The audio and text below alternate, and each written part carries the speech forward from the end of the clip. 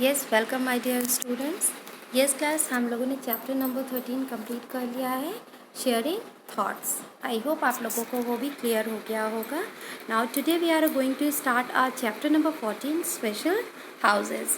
Yes class, हम सब जानते हैं कि house help us to protect from the rain, winter, summer.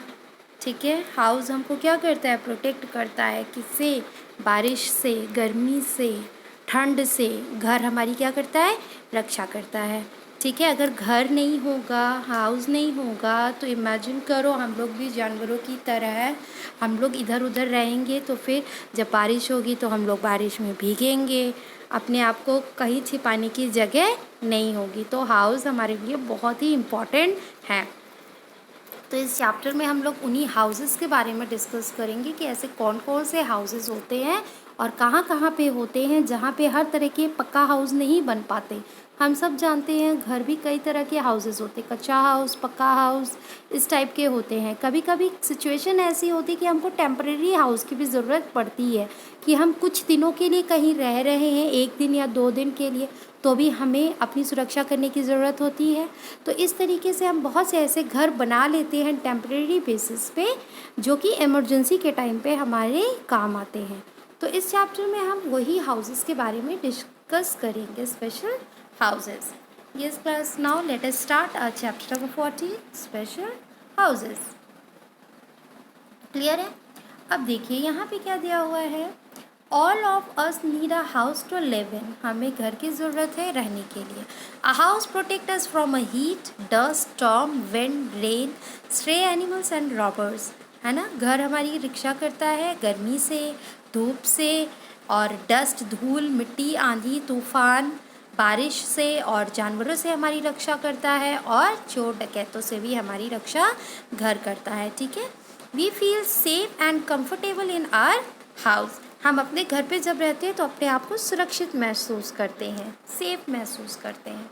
ठीक है, now see the pictures and name the kind of special houses. अब आपको यहाँ पे पिक्चर्स देखना है और फाइंड आउट करना है कि कौन कौन से हाउसेस हैं। अब जो फर्स्ट वन दिया हुआ है, फर्स्ट वन देखिए हाउस कैसा है, ये बांस पे बना हुआ हाउस है ना, और बहुत ही ऊंचाई पे ये बना होता है। इस हाउस को हम स्प्लिट हाउस के नाम से जानते हैं। ये कहाँ पे ज़्यादातर बनाए जाते हैं, फ्लड से बचने के लिए उन एरियाज़ में बनाए जाते हैं। इसको इतनी ऊंचाई पे बनाते हैं कि बारिश का पानी जल्दी यहाँ तक नहीं पहुँच पाता। ये एक तरीके से बांस पे खड़ा हुआ करके इसको बनाया जाता है, इस घर को। ठीक है, फिर नाउ द सेकेंड वन देखिए, हाउस बोट। हाउस बोट से हम सब वाकिफ़ हैं। हाउस बोट हम देखते होंगे, जैसे कि कश्मीर वगैरह में देख रहे हैं, झीलों में लोग इस हाउस बोट में घूमते भी हैं। जैसे बड़ी बड़ी झीलें होती हैं तो उसमें इस तरीके से बोट टाइप का एक घर बना होता है, बोट का ही बना होता है। इसमें रहने के लिए कमरे होते हैं, रूम्स होते हैं, लॉन्स होते हैं। इस तरीके से इसको बनाया जाता है, और कि ताकि किनारे किनारे बारिश और उस सब का यानी कि झीलों का मज़ा ले लिया जा सके। ठीक है, लोग इसमें शॉप्स भी बनाते हैं। ठीक है, तो ये कौन सा होता है, हाउस बोट होता है। ये बोट पे बना हुआ हाउस होता है। ठीक है, अब देखिए थर्ड वन देखिए, टेंट। टेंट भी हम लोग सब जानते हैं कि हम लोगों को अगर टेम्परेरी 2, 4 या 1 हफ्तों के लिए कहीं रहना होता है तो हम लोग टेंट बना करके उस जगह पे हम लोग रहते हैं, कि ताकि गर्मी, ठंडी और बारिश से हमारी प्रोटेक्शन हो सके। ठीक है, ये कपड़े का बना होता है ये टेंट, और इस तरीके से हम लोग इसको कील वगैरह ठोक ठाक के इसको हम लोग बना करके रहते हैं इस घर पे। ठीक है, फिर नेक्स्ट देखिए ये कौन सा है, ये इग्लू है। ये एक तरीके से बर्फ़ का बना हुआ घर होता है।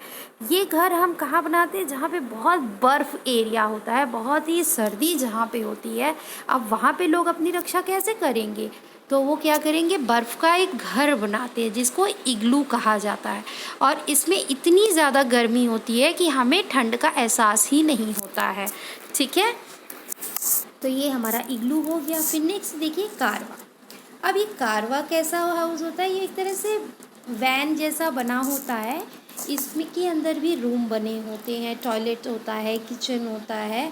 ये एक वैन के बराबर या एक बस के बराबर का ये होता है। ये मतलब राह चलते ही इसको लोग बनाते हैं कि आज यहाँ है तो यहाँ पे हम रह रहे हैं, फिर कुछ दिनों बाद कहीं और चले गए, तो उस तरीके से हम इसमें ट्रैवल भी करते हैं और इसमें कंफर्टेबल तरीके से हम इसमें रहते भी हैं। तो इस तरीके के हाउस होते हैं। क्लियर हो गया किस टाइप के हाउस होते हैं। नाउ नेक्स्ट देखिए यहाँ पे क्या दिया हुआ है। Fact file, some houses are built on the top of trees, they are called tree house. कुछ घर ऐसे होते हैं जो ट्री के सबसे ऊपर वाले कोने में बनाए जाते हैं, सबसे ऊपरी हिस्से में बनते हैं, उस घर को हम क्या कहते हैं, ट्री हाउस कहते हैं। ठीक है, अब देखिए ये क्या, think and answer, tick the room in which you would like to study. अब आपको इसमें टिक करना है कि आप किस तरीके के रूम में स्टडी करना चाहते हैं। ठीक है, तो आपको इसको आंसर देना है। इसमें आप खुद इसमें टिक करके बताएंगे कि विच रूम इज़ बहुत ही नीट एंड क्लीन तरीके से है, चीज़ें सिस्टमैटिक तरीके से हैं, तो आप किस रूम में पढ़ना पसंद करोगे।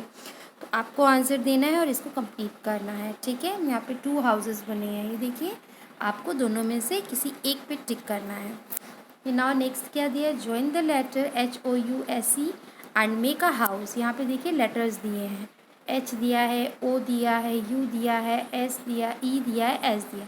अब आपको इन्हीं लेटर्स को क्या करना है, आपस में ज्वाइन करके एक ब्यूटीफुल हाउस कंप्लीट करना है, उसको अच्छे से कलर करना है। क्लियर हो गया। तो now and after that start our next chapter, chapter number 15, recognise the brands.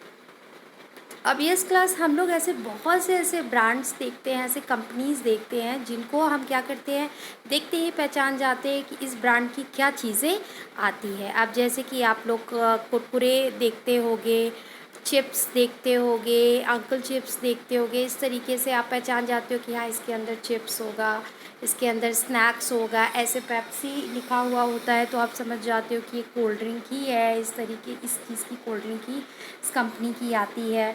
Domino's लिखा होगा तो आप समझ जाओगे कि इस कंपनी का क्या आता है, पिज़्ज़ा ही आता है। तो इस तरीके से बहुत से ऐसे ब्रांड्स होते हैं जिसको आप क्या करते हो, आइडेंटिफाई आपको करना है ना। Brand name are the name that identify with a product, just as we say Maggi. अगर हम मैगी की बात कर रहे हैं, ब्रांड है एक तरीके से, तो हम समझ जाते हैं मैगी किस चीज़ का ब्रांड है, नूडल्स का है। उसमें बहुत ही टेस्टी नूडल्स होते हैं जिसको सब लोग खाना बहुत पसंद करते हैं। क्लियर हो गया। तो इस तरीके से यहाँ पे बहुत से ऐसे ब्रांड्स दिए हुए हैं। देखिए यहाँ पे दिया लेज़ ब्रांड है, किस कंपनी का है, क्या है इसके अंदर होता है, इसके अंदर चिप्स होता है, हम सबको पता है, इसे वेफर्स भी कहते हैं। अब ये देखिए नेक्स्ट क्या है आपका, पेप्सी। तो पेप्सी क्या किस चीज़ का ब्रांड है, ये कोल्ड ड्रिंक का होता है। ठीक है, इसे कोला भी होता है, पेप्सी कोला भी कहते हैं। फिर अब कैडबरी आप देखते हो तो कैडबरी में आप तुरंत समझ जाते हो कि चॉकलेट आती है, कैडबरी की चॉकलेट आती है ना। फिर नेक्स्ट आपका 4 दिया तनिष्क। तनिष्क का क्या आता है, वॉच आता है। अब तो ज्वेलरीज भी आने लग गई हैं, तो तनिष्क से वॉच आप याद आ जाता है। अगर HP लिखा होता है तो आप समझ जाते हो कि कंप्यूटर का ब्रांड है, कंप्यूटर की कंपनी है ये।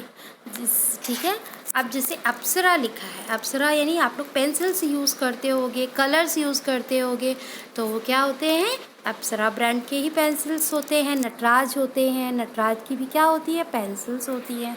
तो इस तरीके से बहुत से ब्रांड्स होते हैं। तो इससे हमको पता चल जाता है, ब्रांड से प्रोडक्ट के बारे में इंफॉर्मेशन हो जाती है। क्लियर हो गया। And after that, now think and answer. Which brand do you recollect when you read or hear?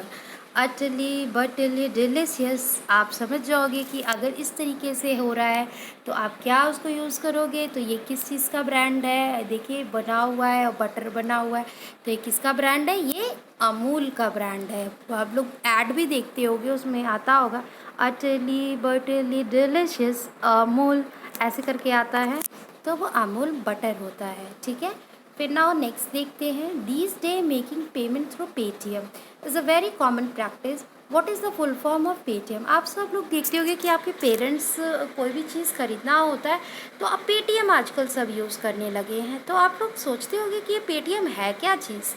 पहली क्लास क्या हुआ करता था, जैसे हम लोगों को चीज़ें खरीदनी होती थी तो हम लोग क्या करते थे, पैसे दे करके चीज़ें खरीद लेते थे, ठीक है। लेकिन अब पेटीएम में क्या होता है, हमें पैसे भी देने की ज़रूरत नहीं होती है, हमारे अकाउंट से पैसे कटते हैं इससे। आपके पास सिर्फ आपका एक मोबाइल फ़ोन होना चाहिए जिसके थ्रू आप क्या कर सकते हो, पेमेंट कर सकते हो। तो इस पेटीएम का फुल फॉर्म क्या होता है, पेमेंट थ्रू मोबाइल। तो ये देखिए, पे थ्रू मोबाइल होता है, तो मोबाइल के थ्रू आप पेमेंट करते हो इसमें, ठीक है। किसी भी तरह की परचेजिंग करनी होती है तो आप पेटीएम के थ्रू करते हो, ठीक है। इसका मतलब मोबाइल से पेमेंट करना, ठीक। तो क्लियर हो गया होगा आप लोगों को ये चैप्टर। तो इसको आप लोगों को अपनी बुक्स में फिल करना है, okay. And thank you for today class.